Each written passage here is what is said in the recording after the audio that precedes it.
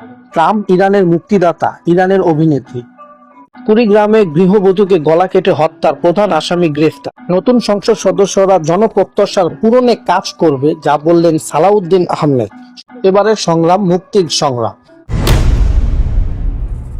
Trump ইরানের মুক্তিদাতা, ইরানের অভিনেত্রী। ইরান ও মুসলিম বিশ্বের অন্যতম নেতা আয়াতুল্লাহ আলী খামেনির মৃত্যুতে একসঙ্গে চলছে শোক আর আনন্দের প্রকাশ। এমন পরিস্থিতিতে মার্কিন প্রেসিডেন্ট ডোনাল্ড ট্রাম্পের ইরানের মুক্তিদাতা বলে মন্তব্য করেছেন ইরানি অভিনেত্রী মান্দানা কারিমি। ইরানের গণতন্ত্র ও নারী অধিকার প্রতিষ্ঠায় প্রকাশ্যেই খামেনির বিরোধিতা করেছেন মান্দানা। সম্প্রতি এই ইস্যুতে সোশ্যাল মিডিয়ায় পোস্ট বিস্ফোরণ মন্তব্য করে আলোচনায় কেন্দ্রে তিনি। বিগ বস খ্যাত এই ইরানি অভিনেত্রী সোশ্যাল মিডিয়ায় পোস্টে জানিয়েছেন দীর্ঘদিন কট্টরপন্থী শাসনের অবসান চান তিনি, তাই মার্কিন প্রেসিডেন্ট ডোনাল্ড ট্রাম্পকে সরাসরি সমর্থন করেন। তার মতে ট্রাম্পই পারেন ইরানের গভীর অন্ধকারের মুক্তিদাতা হতে। আমেরিকার ক্ষেপণাস্ত্র এবং ট্রাম্পের বলিষ্ঠ নেতৃত্বে এবার হতে পারে ইরানি জনগণের ভাগ্য বদল, এমনটাই আশা প্রকাশ করেন অভিনেত্রী। মান্দানা এমন পোস্টের মুহূর্তে ভাইরাল হয় নেট দুনিয়ায়। একদিকে যখন ভারতীয় টেলিভিশন অভিনেত্রী ফারহানা বাট খামেনির মৃত্যুকে ব্যক্তিগত ক্ষতি বলে চোখের জল ফেলেছেন, তখন মান্দানা এই প্রকাশের উল্লাস নেটিজেনদের দুই ভাগে বিভক্ত করে। এবার প্রথম নন মান্দানা, বারবারই ইরানের বর্তমান শাসন ব্যবস্থাকে কট্টর বিরোধী। দেশটিতে হিজাব বিরোধী আন্দোলনে সরব হয়েছিলেন মান্দানা। নিজের দেশের নারীদের স্বাধীনতার সপক্ষে কথা বলতে গিয়ে বারবার বিপাকে পড়লেও কিছু হাঁটেননি তিনি। ইরানের তেহরান জন্ম নেওয়া মান্দানা কারিমি কেবিন ক্রু হিসেবে কর্মজীবী শুরু করেন। এরপর নিজ দেশে মডেল হিসেবে পরিচিত পান। মডেলিং এর সূত্রে ধরে 2010 সালে মুম্বাই আসেন। 2013 সালে রণবীর কাপুরের অভিনেত্রী রয় সিনেমার ছোট একটি চরিত্রে অভিনয় করে বলিউডে পা রাখেন। এরপর ভাগ জনি, মেয়র চার্লস, কাকুল হে হাম 3 বলিউড সিনেমাগুলোতে নিয়মিত দেখা যায়। তবে রিয়েলিটি টিভি শো বিগ বস 9 এবং লক আপে অংশ নিয়ে দ্বিগুণ জনপ্রিয় হয়ে ওঠেন ইরানি এই অভিনেত্রী। কুড়িগ্রামে গৃহবধূকে গলা কেটে হত্যার প্রধান আসামি গ্রেফতার। কুড়িগ্রামে নাগেশ্বরী কচা কাটা ছোট বোনকে কুপ্রস্তাব দেওয়ার প্রতিবাদ করায় বোনকে গলা কেটে হত্যার ঘটনায় দায়ের করা মামলার প্রধান পলাতক আসামি গ্রেফতার করেছেন রংপুর র্যাব 13। শুক্রবার 6 মার্চ এক প্রেস বিজ্ঞপ্তিতে বিষয়টি নিশ্চিত করেছেন রংপুর র্যাব। এর আগে বৃহস্পতিবার রাতে তাকে গ্রেফতার করা হয়। মামলার এজাহার সূত্রে জানা যায় গ্রেফতার হওয়ার আসামি মোহাম্মদ আবুল কালাম 35 বছর বয়সের। তার সহযোগীরা 5,000 টাকার বিনিময়ে ভিকটিম শাহিদা খাতুনের ছোট বোনকে কুপ্রস্তাব দেয়। বিষয়টি জানাজানি হলে শাহিদা খাতুন ও তার ছোট ভাই অভিযুক্তদের বিরুদ্ধে গ্রাম সালিশ ডাকে। তবে সালিশের দিন অভিযুক্তরা উপস্থিত না হওয়ায় বিষয়টি অমীমাংসিত থেকে যায়। এর জেরে বছরের গত 14 জানুয়ারি সন্ধ্যায় 7:30টার দিকে ভিকটিম শাহিদা খাতুনের বাড়ির উঠানে টিউবওয়েলের পাশে রান্নার জন্য চাল ধুতে গেলে পাশ থেকে পেতে থাকা আবুল কালাম ও তাহার সহযোগীরা তাকে ধারালো অস্ত্র দিয়ে গলা কেটে হত্যা করে। এই ঘটনায় ভিকটিমের বাবা মোহাম্মদ সাইফুর রহমান বাদী হয়ে কচাকাটা থানায় হত্যার মামলা দায়ের করেন। মামলার নম্বর 5। মর্মান্তিক এই হত্যার কাণ্ড এলাকায় ব্যাপক চাঞ্চল্যকর সৃষ্টি হয়। ঘটনার গুরুত্বপূর্ণ বিবেচনায় আসামিদের গ্রেফতারের র্যাব গোয়েন্দা নজরদারি জোরদার করে। গোপন সংবাদের ভিত্তিতে র্যাব 13 সদর কোম্পানি রংপুরের একটি অভিযানক দল গত 5 মার্চ রাতে রংপুর জেলায় বন্দরগঞ্জ থানার স্টেশন রোড এলাকায় মোহাম্মদ আব্দুল মতিন আনসারির বাড়িতে অভিযান চালায়। মামলায় প্রধান পলাতক আসামি মোহাম্মদ আবুল কালামকে গ্রেফতার করে। গ্রেফতার হওয়ার আবুল কালামের বাড়ি কুড়িগ্রাম সদর উপজেলায় 4 হরিকেশ এলাকায়। পরবর্তী আইন অনুযায়ী ব্যবস্থা গ্রহণের জন্য তাকে সংশ্লিষ্ট থানায় হস্তান্তর করা হয়েছে। রংপুর 13 অতিরিক্ত পুলিশ সুপার বিপ্লব কুমার গোম্বানি জানান, হত্যা, ধর্ষণ, রাহাজানি, মাদক চোরাচালান সহ সব ধরনের অপরাধ দমনে র্যাবের অভিযান আগামীতে অব্যাহত থাকবে। নতুন সংসদ সদস্যরা জনপ্রত্যাশার পূরণে কাজ করবে, যা বললেন সালাউদ্দিন আহমেদ। স্বরাষ্ট্রমন্ত্রী সালাউদ্দিন আহমেদ বলেছেন, সংসদের খারাপ সংস্কৃতি থেকে বেরিয়ে আসতে চায় বিএনপি।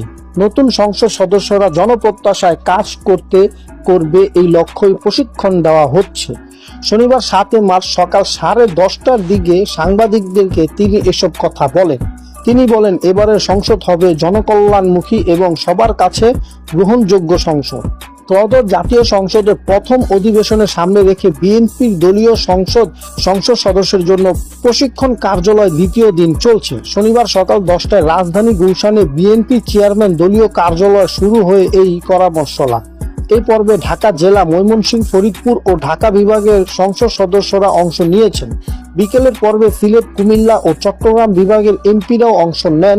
কর্মশালায় অভিজ্ঞ এমপিরাও তাদের অভিজ্ঞতা নতুনদের কাছে তুলে ধরেছে। জানা গেছে, কর্মশালায় সংসদের কার্যপ্রাণঢালী আচরণবিধি বিল প্রণয়, পর্যালোচনায় বাজেট সংক্রান্ত নথি, বিশ্লেষকদের এই সংসদীয় কমিটিগুলোর কার্যক্রম সহ বিভিন্ন বিষয় প্রয়োজনীয় বিধিবিধান নবনির্বাচিত সংসদ সদস্যের সামনে উপস্থাপনা করা হচ্ছে।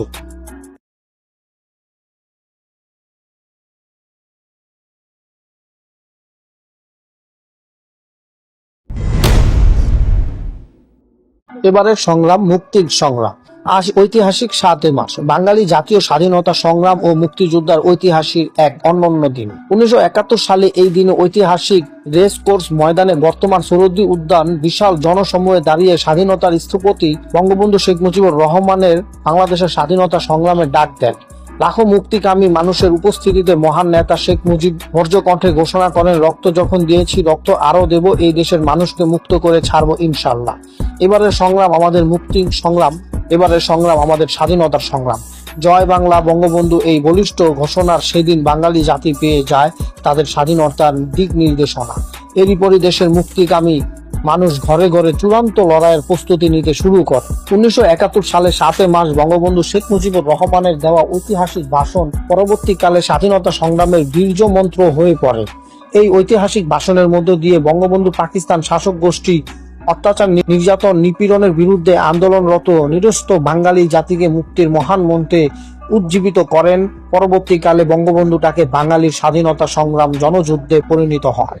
ঐতিহাসিক এই ভাষণের উদ্দীপ হয়ে ৯ মার্চ মুক্তিযোদ্ধার মধ্যে দিয়ে ৩০ লক্ষ প্রাণের বিনিময়ে অর্জিত হয় মহান স্বাধীনতা। বিশ্ব মানচিত্রের প্রতিষ্ঠা লাভ করে স্বাধীন সার্বভৌম গণপ্রজাতন্ত্রী বাংলাদেশ নামক রাষ্ট্র। বঙ্গবন্ধু দেওয়া ঐতিহাসিক ৭ মার্চের ভাষণটি বাঙালি জাতির জীবনে অত্যন্ত গুরুত্বপূর্ণ ও তাৎপর্য বহন করে এবং বাঙালি জাতির অনুপ্রেরণার অনিবার্য শিখা হয়ে অফুরন্ত শান্তি ও সাহস জুগিয়ে আসছে। এই ভাষণ শুধু রাজনৈতিক দলীয় নয়, জাতীয় সংস্কৃতির পরিচয় দিয়ে দেয়। বঙ্গবন্ধু ৭ মার্চের ভাষণ জাতিসংঘের ইউনেস্কো বিশ্ব ঐতিহাসিক দলিল হিসেবে স্বীকৃতি দেয় 2017 সালে ইউনেস্কো বঙ্গবন্ধু ৭ মার্চের ভাষণকে memory of the world register এ অন্তর্ভুক্ত করে এক বিশ্ব প্রমাণ্য ঐতিহাসিক হিসেবে স্বীকৃতি দেয়।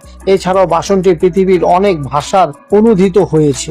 বাংলাদেশের সংবিধানে 50 সংশোধনীয়ত ঐতিহাসিক ৭ মার্চের ভাষণকে সংবিধানের 152 অনুচ্ছেদের ৫ম তাফসিলে অন্তর্ভুক্ত করা হয়েছে। 2013 সালে জ্যাকব অফ ফাইল্ড প্রকাশিত ২৫০০ বছরের বিশ্বসেরা যুদ্ধকালী ভাষণের সংকলন you shall fight on the beaches, the speech that inspired হিস্টোরিতে এই ভাষণ অন্যতম হিসেবে অন্তর্ভুক্ত হয়। আওয়ামী সরকারের সময় 2024 সাল পর্যন্ত দিবসটি রাষ্ট্রীয়ভাবে পালিত হলেও 2025 সালে রাষ্ট্রীয়ভাবে পালন করা হয়নি। এমনকি পাঠক বইও থেকে বঙ্গবন্ধু শেখ মুজিবুর রহমানের ৭ মার্চের ঐতিহাসিক ভাষণ বাদ দেওয়া হয়েছে। 2020 সালে ঐতিহাসিক ৭ মার্চ শেখ হাসিনা সরকার জাতীয় দিবস হিসেবে ঘোষণা করে 2021 সালে দিবসটি রাষ্ট্রীয় স্বীকৃতি পায়। সরকার শ্রেণীভুক্ত দিবস হিসেবে দিনটি পালনের সিদ্ধান্ত নেয়। পরে উচ্চ আদালতের নির্দেশনায় রাষ্ট্রীয়ভাবে পালন করা হয়। এরপর থেকে প্রতি বছরই রাষ্ট্রীয় মর্যাদা পালন করা হলেও 2024 সালে 5 আগস্ট শেখ হাসিনা সরকার পতনের পর এই বছর 16 অক্টোবর অন্তর্বর্তী সরকার উপদেষ্টা পরিষদ দিবসটি বাতিল করে। একই সঙ্গে নির্বাহী আদেশ সরকারি ছুটিও বাতিল করা হয়। সদ্য নির্বাচিত সরকার দিবসটিকে এই বছর পালন করবে কিনা তা নিশ্চিত নয়। তবে 2022 সালে এবং 2023 সালে জাতীয়বাদী দল বিএনপি দলীয়ভাবে দিবসটি পালন করেছে। বিগত সময় দলীয়ভাবে আওয়ামী লীগ ও মুক্তিযুদ্ধের সপক্ষের রাজনৈতিক দল ও সামাজিক সাংস্কৃতিক গঠন নিজেদের মতো করতে পালন করেছে।